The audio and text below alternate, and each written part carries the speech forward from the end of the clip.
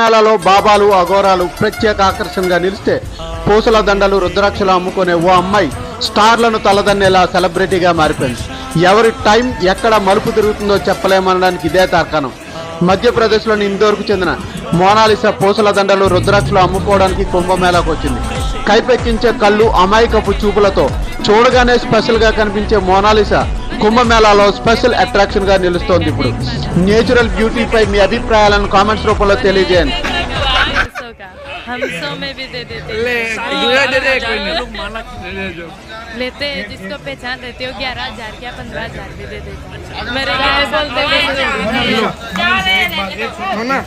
सबसे महंगा उतना फायदा होता है 11.5 दिमाग 11,000 की पढ़ाई लिखाई कहाँ तक की है?